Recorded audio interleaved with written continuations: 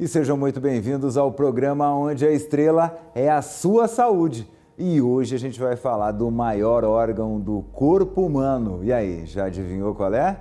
Olha, pelo tamanho só pode ser o nosso escudo, né? Que reveste o nosso corpo inteiro. E a gente vai entender um pouquinho como é que esse escudo funciona. Sabia que toda a nossa pele se renova mais ou menos a cada 28 dias? Mas quando ela tenta se renovar rápido demais, aí vem a psoríase. Sabia que a psoríase é a tentativa da pele de se renovar mais rápido do que ela consegue? E tem outro íase também, que ficou muito conhecido já desde os tempos da Bíblia, que é a hanseníase, a famosa lepra, que é uma doença que veio estigmatizada já desde os tempos da Bíblia, e a gente vai entender exatamente como é que ela funciona. Será que é genético? O que será? Uma bactéria? O que é um vírus? Será que realmente é castigo de Deus? Vamos entender tudo isso e muitas dicas de saúde, mas só depois da vinheta.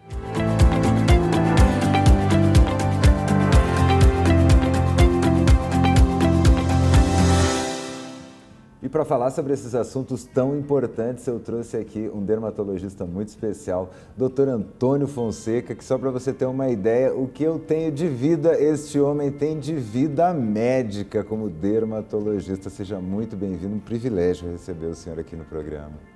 Muito obrigado, Otávio. Eu sinto muito envaidecido e orgulhoso por poder estar aqui com você, batendo um papo, trazendo alguma informação para a nossa sociedade. Merece, né? Porque depois de tanto tempo o senhor já deve ter visto muita coisa, né? Que eu brinco que às vezes o pessoal fala da dermatologia, às vezes o pessoal brinca, né? Que não tem série de médico que fale sobre dermatologista, geralmente é UTI, né? Mas eu brinco que em UTI, até naquela série House, chega uma hora que acaba. É sempre sarcoidose ou alguma coisa assim que eles têm que inventar. Dermatologista cuida mais de 3.000 doenças. Quer dizer, você consegue ter 3.000 episódios sem repetir o diagnóstico, não é verdade? Quer dizer, a atuação do dermatologista é muito grande. Na realidade, a dermatologia é a especialidade que tem o maior número de doenças. Olha só, entendeu? Que curiosidade. Não me passa por número, porque a idade já não me permite assim, o trabalho de números na cabeça. Mas é a especialidade que tem o maior número de doenças. E a gente começou até brincando em relação à hanseníase, e a pele, ela além de ser um escudo, ela nos garante um dos sentidos mais importantes para a gente, né? Que é o tato, você sentir as coisas. E às vezes a gente tem um local, alguma coisinha que simplesmente a gente não sente. Né? O que pode ser, por exemplo, essa insensibilidade? Olha, eu estou com uma parte aqui, doutor, que eu não sinto, eu passo o dedo aqui, eu não sinto nada. É preocupante? Olha, na verdade, eu sempre digo assim, o especialista tem que bater o olho e passar a mão. Eu não sou modernista de fazer diagnóstico de longe. Eu acho que o exame local ele é importantíssimo, principalmente para quem tem uma certa experiência. Então, o que acontece? Quando você vê uma perda de sensibilidade, uma das coisas que você tem que pensar é em hanseníase, mas é claro que nós temos doenças neurológicas, como a seringomielia e outros processos que acometem o nervo e levam a uma perda de sensibilidade.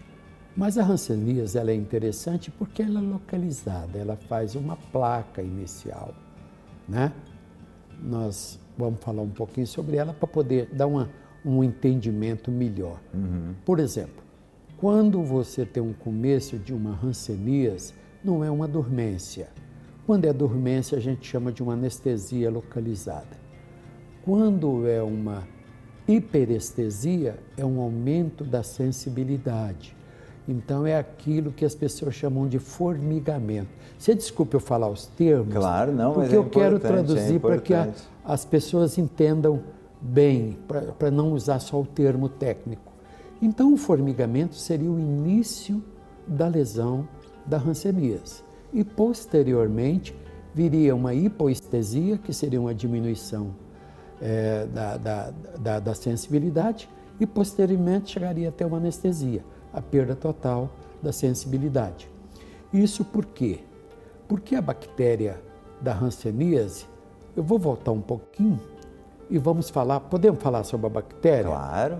A hanseníase... Então a hanseníase não é genética, não é, digamos assim, um castigo divino, ela é uma bactéria. É uma bactéria. A hanseníase é uma infecção bacteriana. É um bacilo.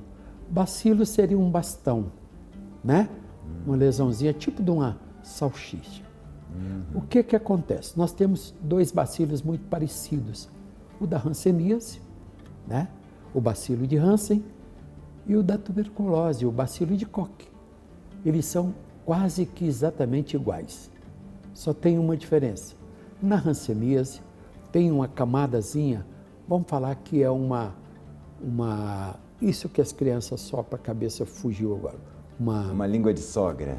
É isso aí, que tampa esses bacilos, colocam esses bacilos dentro, chamada globias. E o bacilo de Koch não forma as globias, ela é um saquinho que fecha as bactérias da hanseníase. Já na tuberculose não forma as globias. Bom, isso é uma coisa interessante para se saber, porque os bacilos são muito parecidos. Por isso é que se usa, às vezes, a vacina da tuberculose para melhorar a resistência com relação à hanseníase. Porque uma das formas de você induzir o organismo a fazer resistência é a forma da bactéria. Então, como elas são parecidas, às vezes você pode enganar o nosso sistema imunitário e falar para ele que o bacilo da tuberculose é idêntico ao da lepra. Então, para ele tentar fazer resistência contra o bacilo da lepra. Nosso exércitozinho vai reconhecer, opa, esse aí é parecido com aquele outro inimigo. Exatamente. Deve ser também, vamos lá. Exatamente. Então, o que eu digo é isso. Então, o que acontece? Baseado nisso, então, nós vamos falar sobre essa bactéria. Essa bactéria é uma bactéria, não tem nada a ver com o que você disse, praga, disso, nada disso. Prova é que hoje nós temos uma doença com um tratamento de 100% de cura, entendeu? Quer dizer, a ciência chegou lá. E a ciência, você sabe que são inúmeras pessoas abnegadas, como Mitsuda, que fez a reação de Mitsuda, Hansen, que descobriu a bactéria, Dr. Bekele, que dividiu os tipos de hanseníase. Então, cada um foi agregando um tijolo na história da hanseníase. Através, chegar, muitas vezes, de uma vida de trabalho. Exatamente, para nós chegarmos onde nós estamos hoje. Bom, então o que acontece? A hanseníase, ela necessita de um contato íntimo e prolongado para se adquirir a doença. Um beijo somente na boca de um hanseniano que está expelindo o bacilo não é o suficiente para contrair hanseníase. Olha que interessante, quer dizer que... Entendeu? Uhum. Inclusive teve um filme que eu sou muito ruim de cabeça, que eles foram para uma ilha presidiários e tinha lá o artista do filme chegou e deu um beijo no cara de lá, mas ele sabia que a hanseníase não se pegava com apenas um toque. E ele ganhou a confiança. Sim. Entendeu? No fim eles conseguiram fugir da ilha, botando aquele saco de coisa ai Jesus, a cabeça falha muito, de cocos, fizeram os sacos para poder fugirem da ilha. Me fugiu o nome do filme. Então, eu vou botar aqui, eu vou achar, eu vou botar aqui. Isso. Para vocês então, verem. A hanseníase necessita de um contato íntimo e prolongado. Bom, Bekele fez uma divisão da hanseníase que eu achei muito interessante. Hoje se evoluiu mais, mas eu gosto muito do Bekele. Ele fez um globo e cortou esse globo no meio. Ali no meio, ele botou a hanseníase indeterminada. A hanseníase indeterminada é o início da doença. É aquilo que você falou, que seria o começo da dormência. O começo onde ele começaria a perder a sensibilidade. Então, o exame que se faz nisso é uma biópsia.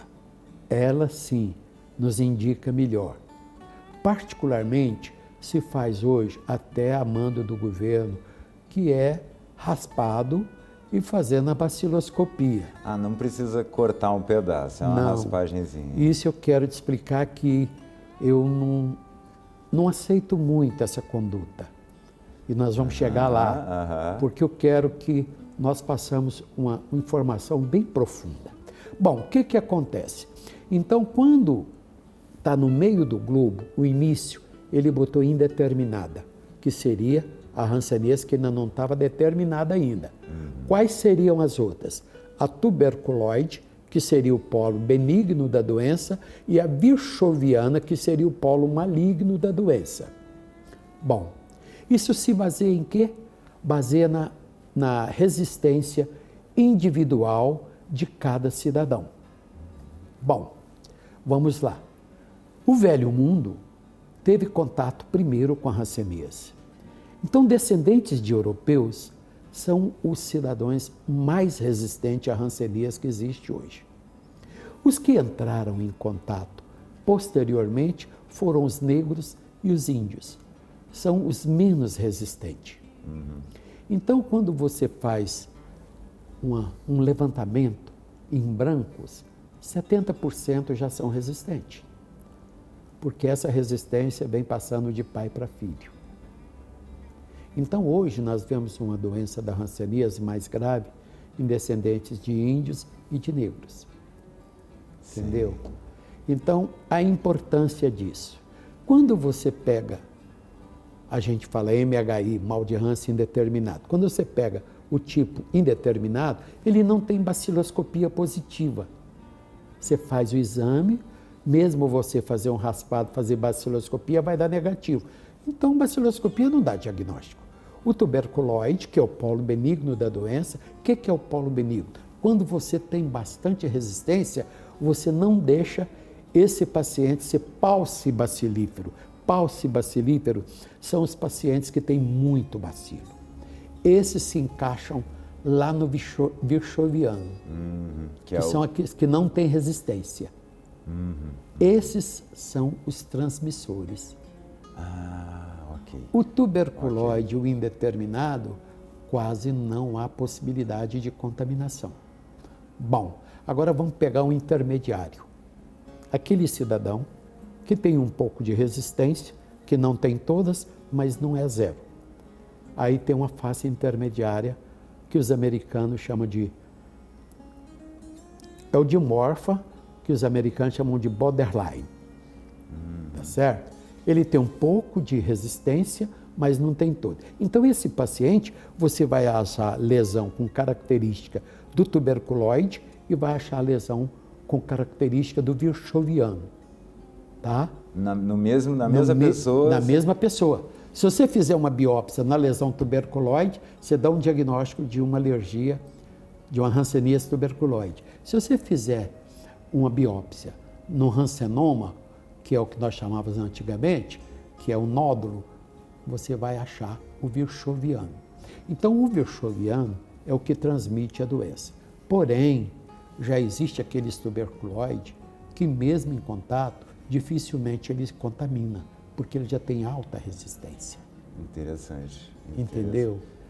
Então, quer dizer, então, que como um aqui já há várias gerações se acostumou, veio... Exatamente. Que coisa impressionante. Já vem pegando resistência, né? Vem geneticamente pela geração. A nosso bate-papo, eu queria isso, sabe? Porque isso é importante para que a população saiba. Porque o estigma da hanseníase, para você ter uma ideia, nós tivemos que mudar o nome de lepra para hanseníase por causa do estigma. O estigma era dureza. Pai botava filho para fora, filho botava pai para fora. Até a igreja não aceitava que o hanseniano entrasse lá dentro. E se criava os leprosários e jogavam eles para lá. Sim, a gente tem vários pelo Brasil, né? Exatamente. O senhor falou que o senhor também fez lá na Amazônia, como é que era o nome? Colônia Antônio Aleixo. Ah, essa é uma referência, né? Uma Exatamente. referência, inclusive. No lá estado de Goiás tinha a Colônia Santa Marta. Um grande cientista lá da hanseníase, chamado Dr. Sinésio Talhari, que eu tive a honra e o orgulho de ser um dos seus pupilos. Entendeu? Então, é o que eu estou te dizendo. Então, é importante que as pessoas conheçam um pouquinho disso para tirar aquele estigma. Hoje, agora vamos falar sobre os comprimidos. Podemos? Mas, assim, para deixar claro, então, claro, todo mundo pode ter, Pode. Mas a população de pele negra e a população indígena, de ascendência, né, descendência indígena, são mais vulneráveis. São mais acessíveis a contaminar pelo bacilo. Esses têm que tomar um cuidado redobrado. Exatamente. Entendeu? E remédio? Então, assim, para a gente entender, uma dos sintomas, estou lá, antes de ele ficar sem sentir nada, ele vai começar com formigamento, quer dizer... formigamento. Começou um formigamento, aí de repente eu começo a sentir menos até que eu não hipoestesia, vai diminuindo a sensibilidade. Aliás, vamos dar uma sequência, eu estou pulando esse pedaço. Bom, então o que acontece? O bacilo da hanseníase, ele tem um tropismo pelo nervo, ele vai para o nervo. Então você vê que a sintomatologia do hanseníase... Ele sai da pele. Exatamente, ele vai para o nervo. Então, ele tem problema ocular por causa do nervo óptico, entendeu? Ele tem problema nos membros superiores e inferiores. E depois o bacilo começa a atacar as vísceras também, tá? Nossa, quer dizer, ele entra pela pele e ele vai conseguindo ir para as camadas... pela boca. Ah, ele entra pela boca. Exatamente. E por que ele acomete a pele primeiro? É porque... Cada bichinho tem geralmente quando a gente pega alguma coisa na pele é porque encostou, do momento que você pega ele na corrente sanguínea, ele vai procurar o lugar que é melhor para ele. E ele vai para perto do nervo, que é onde ele sobrevive melhor. Entendeu? Por que aí é difícil? Porque é difícil explicar cientificamente por que ele tem esse tropismo para o nervo. Só se sabe que ele começa a destruir o nervo. Então começa aqueles problemas sérios, o mal perfurante plantar, que é uma úlcera na planta do pé, que vem por causa da dormência, e o cidadão às vezes fica com o pé muito tempo no mesmo lugar e tira a circulação. Quando a gente está respondendo bem, quando você não está com anestesiado, você põe o pé, logo ele começa a dar uma adormecida, você muda. Sim, automaticamente. Verdade. Mas se estiver dormente, você não sente. Então, aquela compressão pode diminuir a circulação. E isso leva a uma perda de tecido. E no pé nós chamamos de mal perfurante plantar. Mal perfurante plantar. Isso aí. Antigamente se fazia um tratamento acamado, entendeu? Hoje, eu, por exemplo, trato esses pacientes um pouquinho diferente, fazendo... Porque hoje nós temos antibacterianos melhores, antibióticos melhores. Eu apenas faço um buraco no calçado do cidadão, no calçado, né? A gente faz uma sandália e fura um buraco em cima daquele lugar que ele ia pisar. Eu faço o tratamento e consigo fechar o mal Como perfurante. se fosse aquela almofada de hemorroida, só que lá na sola do pé, ali, onde está doendo vai ter um buraquinho que é para não fazer aquela pressão. Interessante. Exatamente. Bom método, então, essas coisas vêm desse jeito. Agora, antigamente, como não tinha medicamento, o caboclo ficava cego, perdia toda a função sexual, perdia os movimentos de braço e de perna, era difícil. E tinha lesões nos órgãos internos, era uma doença doída. Entendeu? E hoje nós temos tratamento. Como é que funciona esse tratamento? Bom, ou esses tratamentos? Exatamente. A ciência é muito interessante, você sabe disso. É incrível, graças a Deus a gente tem Graças a Deus nós temos pessoas que vivem pela ciência. Que às vezes o pessoal fala, mas isso é a vontade de Deus. Rapaz, se Deus botou gente inteligente aqui, também é a vontade dele, né? Exatamente. Então, nós temos 3 comprimidos. Nós temos é um antibiótico bacteriostático. O que é um medicamento bacteriostático? É um medicamento que não mata a bactéria, ele não deixa a bactéria reproduzir, que são as sulfas.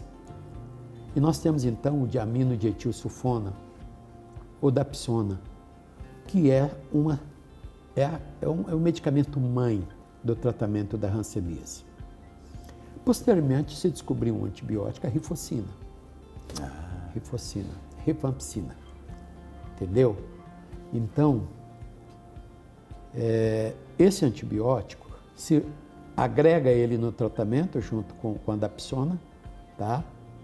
Para poder manter o tratamento. E temos, para você ter uma base, uma droga, que eu fico pensando como é que um cientista descobre isso. Você vai ver que interessante. Nós temos um medicamento chamado clofazimine. O clofazimine é uma tinta. Olha, posso até estar errado, mas até onde eu sei, ele é um derivado do urucum. Essa que os índios riscam coisa. E as mulheres usam muito o coloral na comida, né? Então, o clofazimine, ele é uma tinta derivado do urucum. Até onde eu aprendi. E aí esse passa mesmo? Não passa. Vamos lá. Não é passando, então. Não. Todos esses então, aí são injeções. Outra coisa. Tem que tomar. Ele é um comprimido. Então, se extraiu esse corante, clofazimine, e colocou. Agora, o que me impressiona é como é que um cientista consegue descobrir isso. Esse corante, ele vai entupindo, porque a bactéria, ela tem uns buraquinhos e fala que ela alimenta por osmose, chupa aquele líquidozinho em volta para poder se alimentar. E, teoricamente, o clofazimine, essa tinta, entope os buraquinhos e a bactéria morre de fome. Agora, como é que o cara descobriu isso? Me fala isso. Olha, tem tanta coisa que, inclusive, se descobre por acidente, né? Que é Mas tão isso aí precisava ver que entupia os buracos. Quer dizer, muito bom. Quer dizer, hoje, quanto tempo dura para realmente ficar curado? Comecei o tratamento, existe cura ou controle só? Não, cura. Cura total. Cura total. Então, esses 3 comprimidos, quando você pega, por exemplo, o dimorfo e o virchoviano, você tem que fazer um tratamento com esses 3 comprimidos. A ciência manda 1 ano e 2 meses. Eu não gosto de usar só 1 ano e 2 meses, eu gosto de usar um pouco mais. Exatamente. E o tuberculose, o indeterminado, é durante 6 meses de tratamento. Que interessante. Tá? Mas eu sempre gosto de dar uma jogada um pouco mais para frente, sabe? Mesmo porque a gente tem medo de alguma bactéria um pouco resistente e tal. Então, eu acho que um pouquinho a mais ajuda muito em termos de tratamento. Porque é incrível que, assim como a ciência evolui, a doença também evolui. As bactérias, os vírus, eles também evoluem. Os animais evoluem. Né? Então, tudo vai mudando. Mas que bom saber que uma doença tão antiga e que já, digamos assim, foi tão estigmatizada pela humanidade, hoje tem cura, tem tratamento eficaz e tem gente que nem o senhor que estuda isso para poder ajudar todas essas populações. Esses bacilos que o doutor falou, tanto de Koch quanto de Hansen, tem mais ou menos essa carinha aqui na região.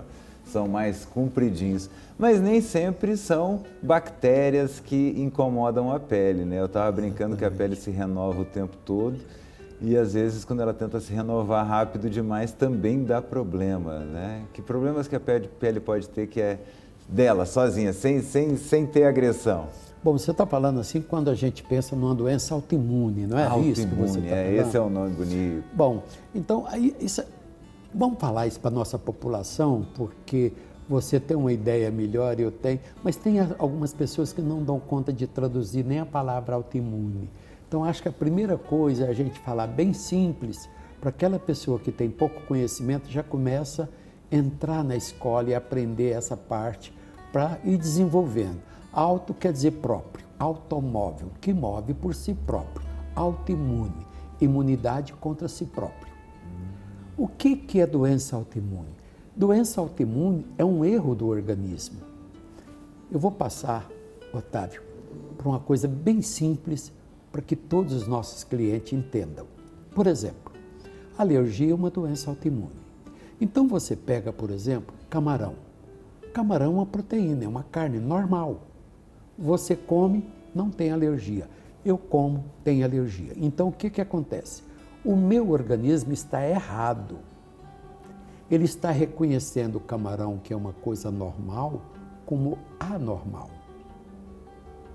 Isso é que são as doenças autoimunes. Meu exércitozinho vai lá e diz, ataca que é inimigo. E não é. E não é aquilo, entendeu? Então ele reconhece uma coisa que é normal como anormal. Aí ele produz o exército da defesa.